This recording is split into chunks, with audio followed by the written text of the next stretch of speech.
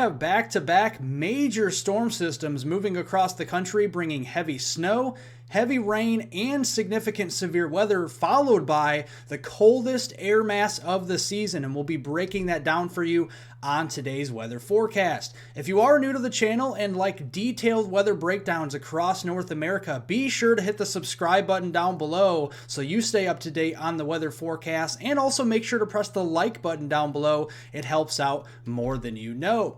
Here is your observed snowfall totals in amounts and inches across the Northeast and New England from our previous storm system that is on its way out. You can see we have a lot of areas here in the pink. That's at least 6 inches of snow. The darker pink and even the maroon reds here, those are 10, 12, even 13 inches of snow here in some areas that did fall. And I know some areas actually saw over a foot of snow. So definitely seeing a lot of snowfall from our past system. Here's your current weather conditions across the Northeast and New England this morning. And it's a lot different picture this morning than what we saw this previous morning, where we had all that heavy snowfall moving through the region. We are seeing the quiet weather, so you can get out and clear out some of that snow with shoveling, snow blowing, plowing. You can get all that cleaned up across the Northeast and New England here this morning. Now we turn our attention to the west. We have another major storm system, a 993 millibar low. That's a pretty strong low pressure system developing over the Oklahoma and Texas panhandle. We already have moderate to heavy bands of snow breaking out here currently across Nebraska, northern Kansas, back there into eastern Oklahoma, and even as far south there as the Texas panhandle and northeastern New Mexico this morning. All rain and gearing up for significant severe weather across the deep south as we go through your Monday time frame.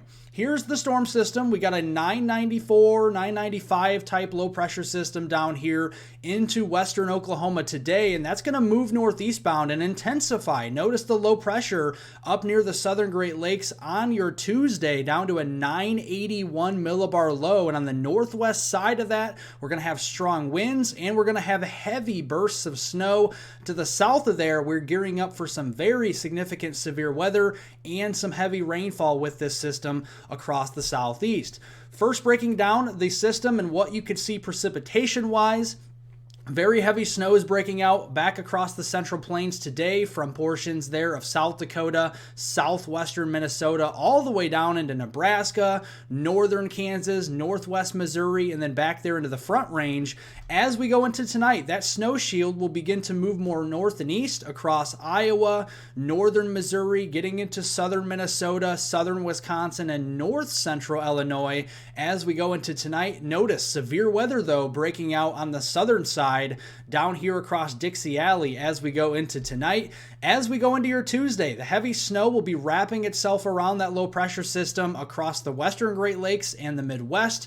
Areas like Green Bay, Milwaukee, Chicago, and then back toward Des Moines could be seeing some very heavy snows there on your Tuesday time frame. But again, note a line of severe thunderstorms pressing across the southeast as we go into your Tuesday, and just some very heavy rain in general across the Ohio Valley and the Mid-Atlantic there on Tuesday. And then Tuesday night, the system will be strengthening as it moves into eastern Canada. The heaviest snows will be up there into Ontario and Quebec, and then we'll have some wraparound snow for Michigan, Indiana, Ohio, and maybe as far south as Tennessee and Kentucky as that cold air begins to surge in on the backside, and we have more rain and maybe lingering severe weather Tuesday night across the East Coast. Looking at the snowfall side of this system, some very significant snow across the Midwest, the Great Lakes, and southeastern Canada with this system through your Wednesday, January 10th timeframe. Notice the pinks here. If you're in the pink shaded color, that's at least 6 inches of snow, and you see a lot of maroon reds here back into eastern Nebraska, northeast Kansas, northern Missouri, southern Iowa, and maybe even far northwestern Illinois could be seeing up to a foot of snow with this system through your Wednesday time frame. And just zooming it in here, showing you your area in general, you can see, pick out your area. We could have a stripe of 6 to 12 inches of snow here, all the way back into southeast Colorado, northwestern portions of the Oklahoma Panhandle through much of northern and northwestern Kansas, eastern Nebraska through the Hawkeye State of Iowa there into northern Missouri, 6 to 12 inches of snow, moving it across the Midwest and the Great Lakes region, getting into northern Illinois, south central Wisconsin there, and then up in toward the UP of Michigan there, especially the eastern UP of Michigan, and then northern lower Michigan, seeing a stripe of 6 to 10, maybe isolated 12-inch snowfall amounts here as we go through your Wednesday time frame. This will be causing travel disruptions, so make no mistake about it. If you are in the yellows, that's minor travel disruptions. Orange and then the reds, those are your moderate to major travel disruptions, and it looks to maximize itself near that tri-state area of Iowa, Illinois, and into Missouri as we go through that Wednesday, January 10th time frame. So make sure you're keeping tabs on that. Now on the warm side of the system, on this afternoon into tonight, we have an enhanced risk of severe thunderstorms where severe weather is likely, especially in the yellow and orange shaded colors. That's a level 2 and 3 out of 5 respectively on the scale. You can see down here toward the New Orleans region, Mobile, and then Panama City, we're under that enhanced risk of severe weather.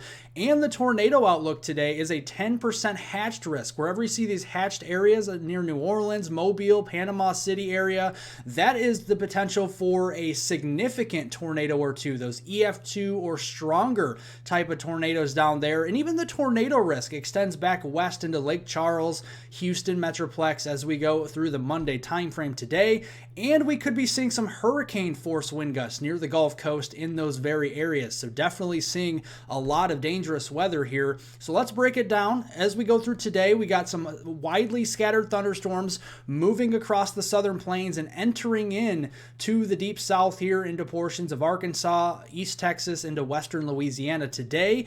As we go into tonight, through the afternoon, evening, and overnight hours, we're going to have a line of supercell thunderstorms pushing from west to east across Dixie Alley here, across Louisiana, Mississippi, Alabama, and into northwest Florida. And along this line, we could have some very strong, powerful winds over 75 miles per hour in spots, large hail, quarter size or larger, and a few tornadoes, especially if we can get some cells to pop out ahead of the main line that become more semi-discrete. And outside of the main line, we could be seeing some tornadoes there and some significant ones, even overnight tonight. So make sure you have a plan in place to get severe weather warnings overnight. And then as we go into your Tuesday, January 9th, a large enhanced risk here for the eastern Carolinas all the way down into southern Georgia, southeastern Alabama, and northern Florida. This covers the Wilmington region up there toward Raleigh, getting down into Columbus, into Columbia there, into Charleston, Myrtle Beach, Savannah, Georgia, down into Macon, Georgia, Jacksonville, Tallahassee, Panama City, and even Orlando getting in on that as we go into your Tuesday timeframe. And again, watching a couple corridors here for significant tornadoes, those EF2 or stronger variety tornadoes across the eastern Carolinas, and then down here into southeast Alabama, southwest Georgia, into northwestern Florida on Tuesday. And this entire area in that enhanced risk zone could be seeing hurricane force wind gusts with those storms out there. Those are winds over 75 miles per hour. So definitely a big line of storms here. And you can see that for Tuesday morning, these storms will be racing their way east across Alabama into Georgia here, and then eventually into northwest Florida. And then those overnight will be crossing through the eastern Carolinas. So we're going to be keeping tabs on this system, not just on the snowfall side, but also on the severe weather side more so as well.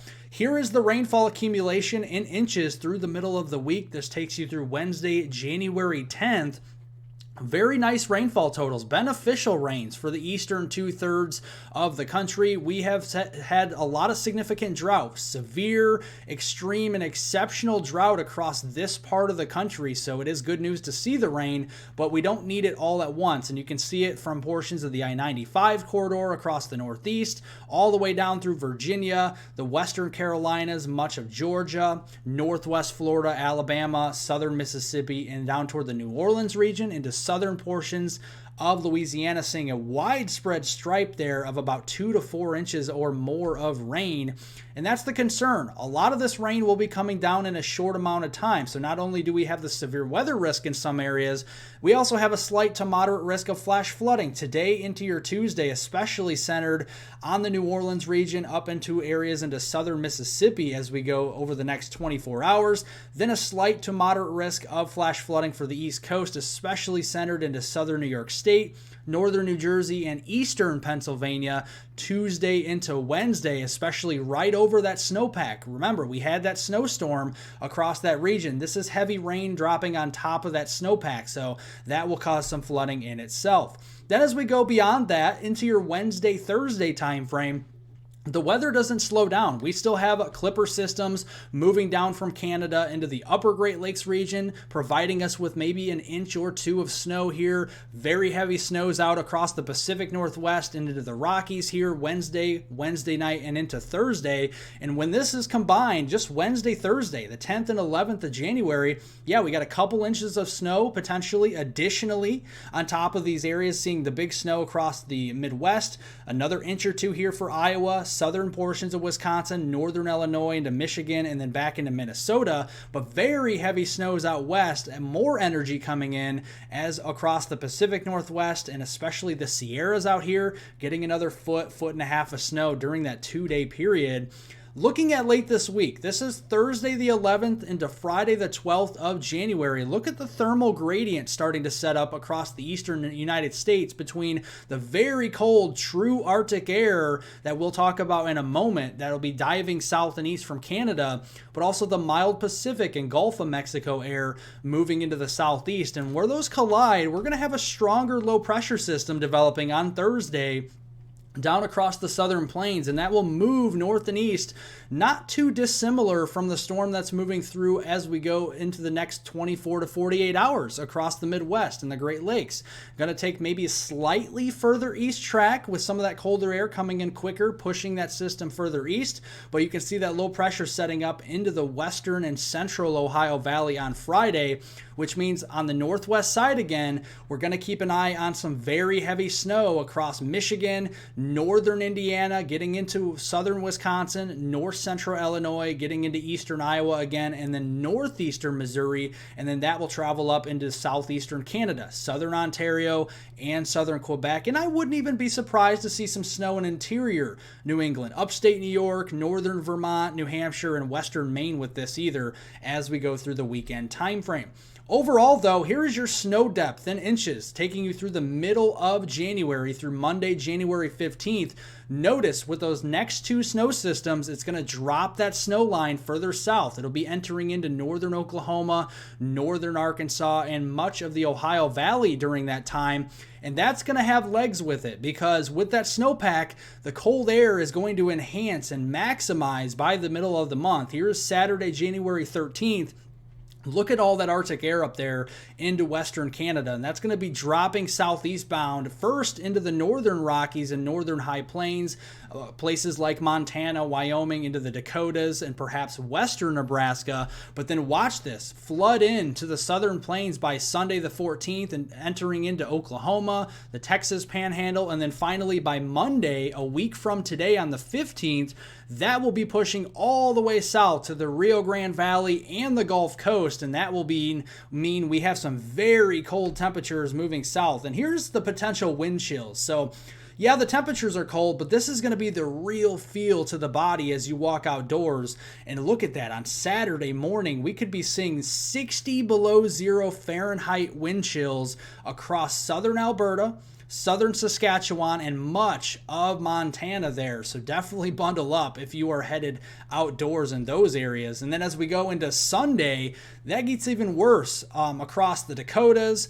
Nebraska, again into Montana and Wyoming, 60 and then even 70 degrees below zero wind chills, especially in the Black Hills up there, into portions of the Dakotas and into the higher elevations of the Rockies. But even further south, look at that, 27 below in Amarillo on your Sunday morning, 23 below in Oklahoma City, and 8 degrees above zero in the Dallas-Fort Worth area on your Sunday morning. And then look at Monday morning, a week from today, 36 below in Chicago, 42 below zero wind chills there into Des Moines, 44 below up into the Fargo region, and yes, Dallas, Fort Worth, yeah, we're closing in on 10 degrees below zero with our wind chills a week from today on your Monday morning, and that will spread eastward into the eastern U.S. this time during that Monday time frame. So looking at the wind chills and those frostbite times, yeah, with those 40, 50, even 60 below zero wind chills out there, it won't take long. 5 to 10 minutes for frostbite to set in here on exposed skin. So make sure to bundle up in layers if you are headed outdoors this next weekend and into early next week. That is for sure. Well, thank you guys so much for watching. It means a lot to me. Make sure to subscribe to the channel down below, and for detailed weather breakdowns on North America, make sure to give the video a like down below as well. It helps out more than you know. Share this video with friends, family, and on social media, and I hope everybody has a safe and wonderful Monday out there.